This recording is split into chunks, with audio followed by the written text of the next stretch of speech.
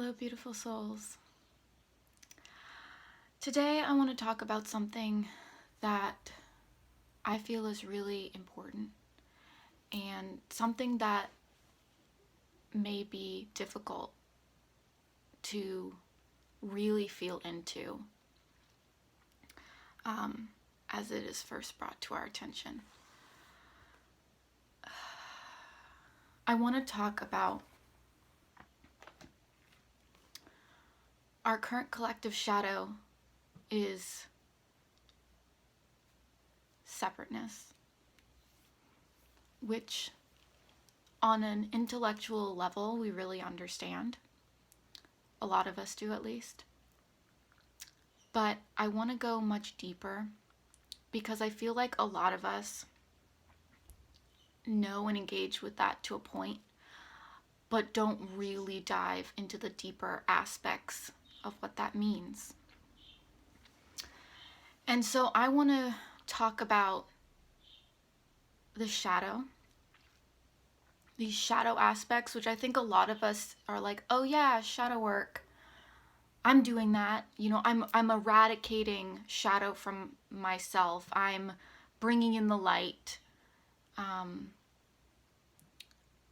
We're ridding ourselves of shadow.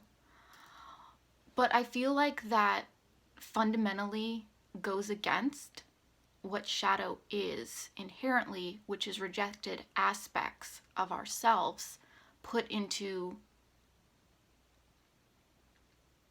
the subconscious so that we don't have to engage with them.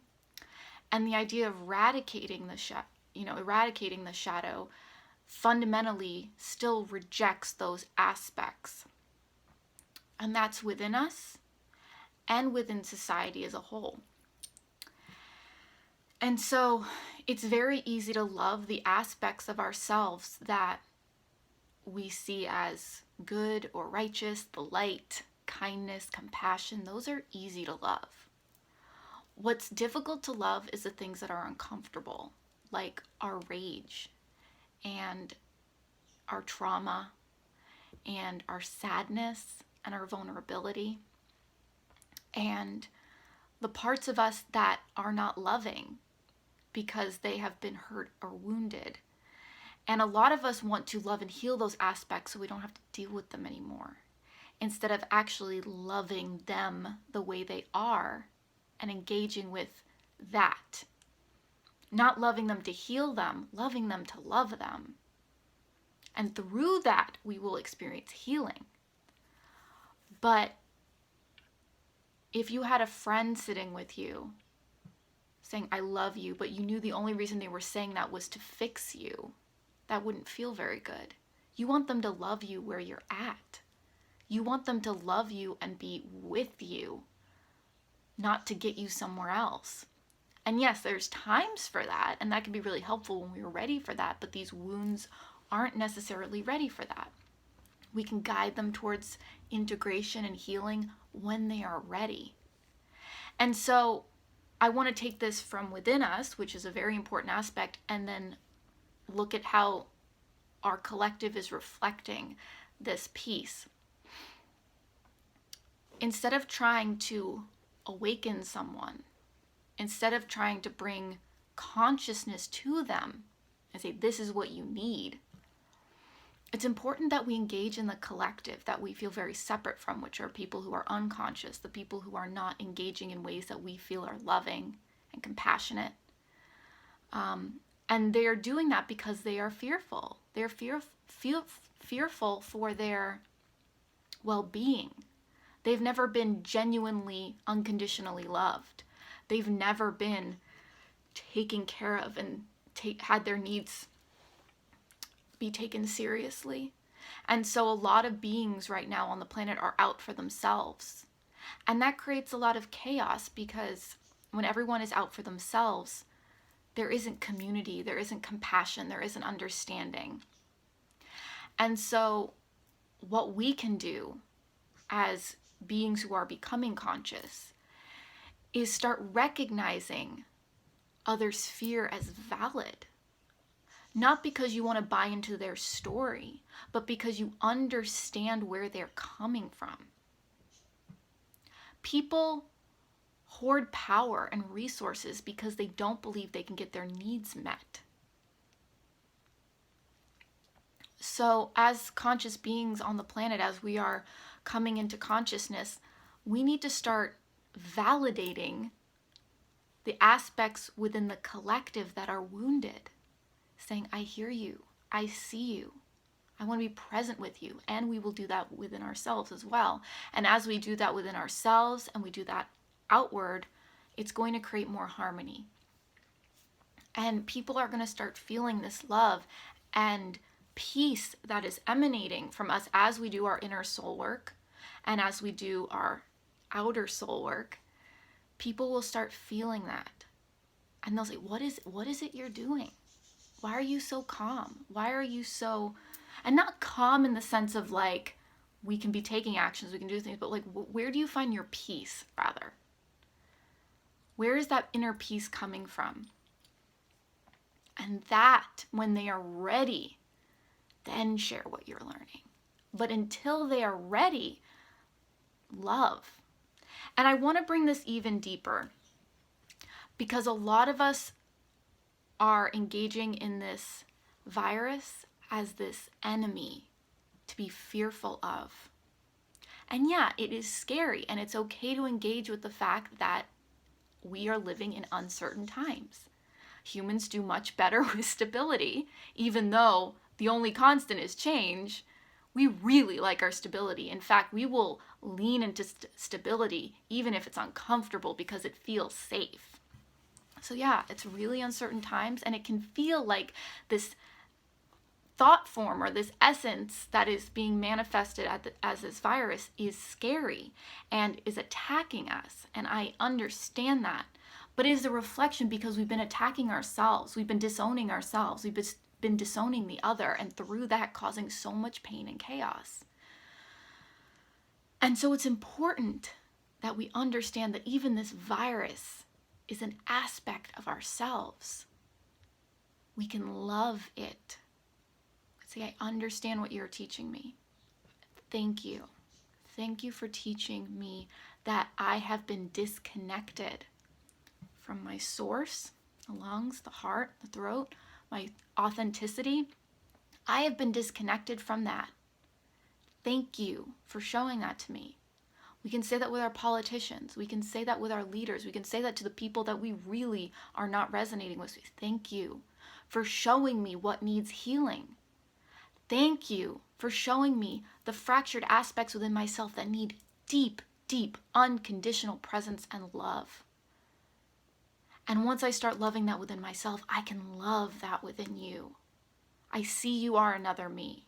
I see that within you. And I'm not saying this is going to be easy. There are some deep, deep wounds. And the aspects of us that are wounded do not feel safe bringing in the other as ourselves. So it's important that we do our own shadow work first before we can go out.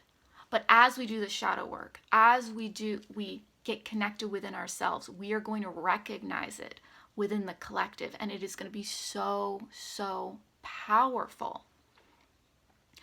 It's time to acknowledge how your actions affect everyone in the collective. And that includes the plant beings, the crystal beings, the non-human beings. All of these beings we are a collective organism here. And when one of those organisms is out of alignment with everyone else, things happen. Things are created to shift them back into alignment. And that's what we're in right now. We have been so disconnected from how we have been affecting ourselves, manifested as other people, as animals, as plants. We've been so disconnected that we are now being shown how disconnected we've been, how self-focused we are. And we know the self, even though we are our own being, to have, just saw 11:11, to have our own being is what we chose into. we're so disconnected from the fact that we are also oneness. We can have both and consciousness. We are experiencing separateness, but we are also oneness. We are one consciousness. And when we start engaging in that third option of I am experiencing my own personal soul medicine, my own personal journey from my own expansion, but for the collective. And I'm also a part of the collective. I'm a crucial, integral part to the whole. When we start understanding that we can have both of these, how do I have me and you too? How can I make decisions that are loving and nurturing for me, and I can take your needs also as genuinely important and something I care about? When everyone starts engaging in that energy, magic happens. Communities are created. Everyone's needs are met, not because we're being forced to by laws, not because we have to or we're guilted into it, but because we understand the value of that connection and that taking care of each other, and that we can all thrive together if we all take each other's needs as our own. And I think a lot of people have resistance to that because for so long it's either been about that person's needs or my needs. You know, if I care about the collective, what about me? Who's going to take care of me?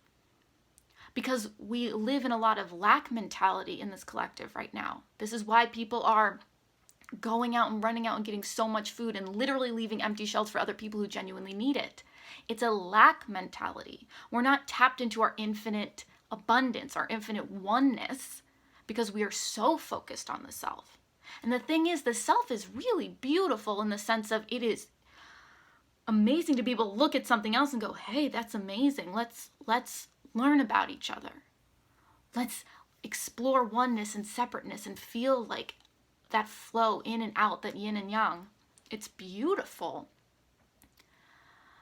But either being out of balance really disconnects us from different aspects of ourselves. You know, if we're too in the oneness piece, we're ignoring the fact that there are things that need healing and things that are having separate perspectives. Our 3D reality is just as real, just as much of a reality as the higher dimensions. That's why we're here. It's completely valid. Being in that only in that oneness space is kind of rejecting why we've been incarnated in this aspect. But being too in the self is obviously completely rejecting the whole, and that's not healthy either. So coming into this and consciousness and saying, let's be present with both. How do I have me and you too?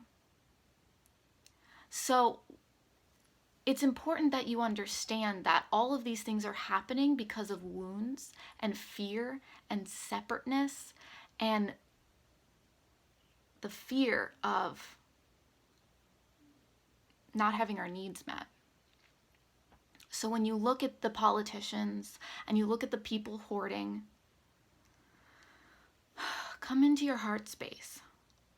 And this can be really uncomfortable if there are aspects of you that are not on board. So it's, you can come into your heart space when it comes to your inner pieces as well. But you can even have compassion when you feel that within yourself. Say, hey, there is a part of me that's scared. There's a part of me that wants to hoard. I get that. I see that. I love you through that because I get where you're coming from, because it's in me too. And when you see it within you and you see it within them, you get deep compassion for it and you get present with it. And so much healing is created when you see another or when you are seen. And it's powerful. If you've ever eye gazed, you know when you really see into someone's eyes, it is just oneness. It is so powerful. So I just wanted to bring this message in for you guys. I know it's going to manifest for you differently. We all have different wounds and fracturing. For some people, this is going to feel too airy-fairy. For some people, this is going to feel too shadowy. Feel into your reaction. Feel into the aspects you're rejecting. The dark and the light are one. We are truly oneness. And rejecting the shadow is still rejecting and still seeing that polarity, that duality. Bringing that in. The shadow brings in contrast so that we can navigate and say, okay, I want to move more towards an alignment. I want to move into my deepest things that I've rejected so much that they have festered and they are so feeling rejected, that they've manifested into something that may not be healthy for us. But it's okay because we have the understanding of why that's happened, and we can say, okay, I hear you. I see you. I'm sorry for doing that to you. I'm sorry for seeing you as other and not as a beautiful aspect of myself. And you just really sit with that peace, and you will see magic happening. Really powerful. This is a time for us to engage in relationship with ourself, our inner aspects, and the collective. We are honing relationship. My relationship to other things, my relationship to other people. What is that relationship? How do I want to engage in that loving exchange? This is a really powerful time to engage in all the things that you have been refusing to look at. Everything is a reflection. Everything is a deep, deep reflection of the aspects we have rejected.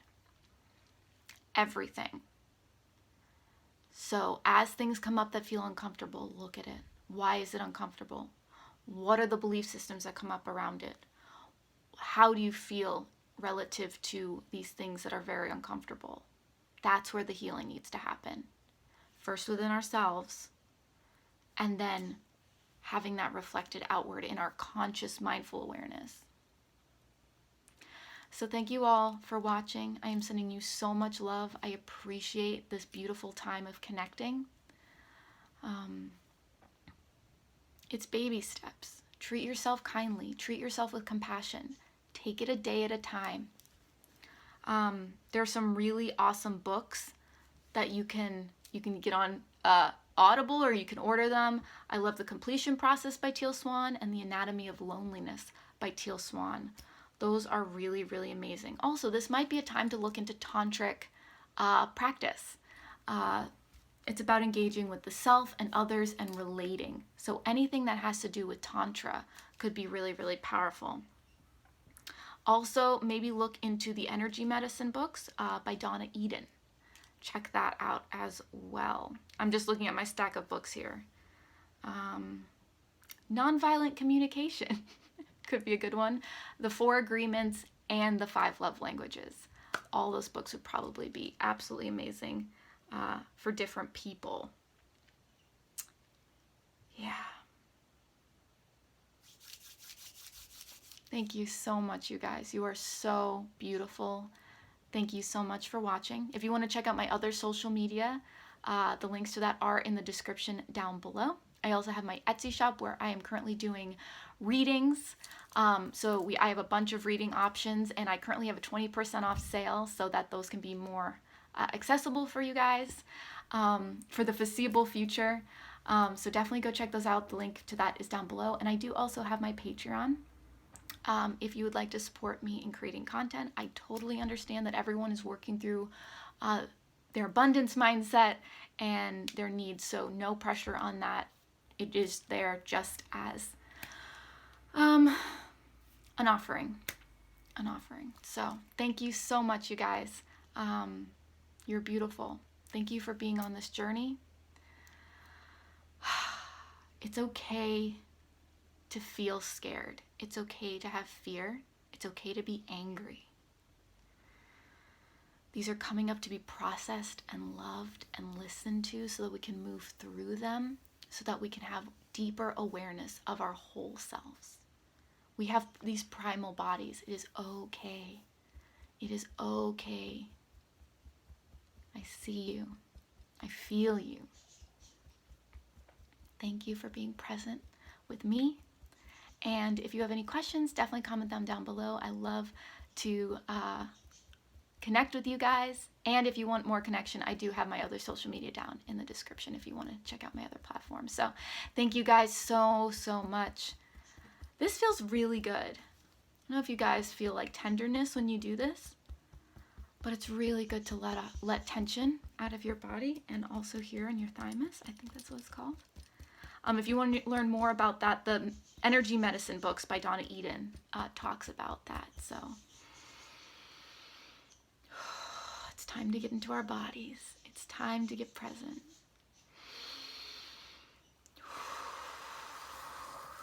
Thank you guys so much. Many blessings. Namaste. And don't forget, it is all about the soul journey.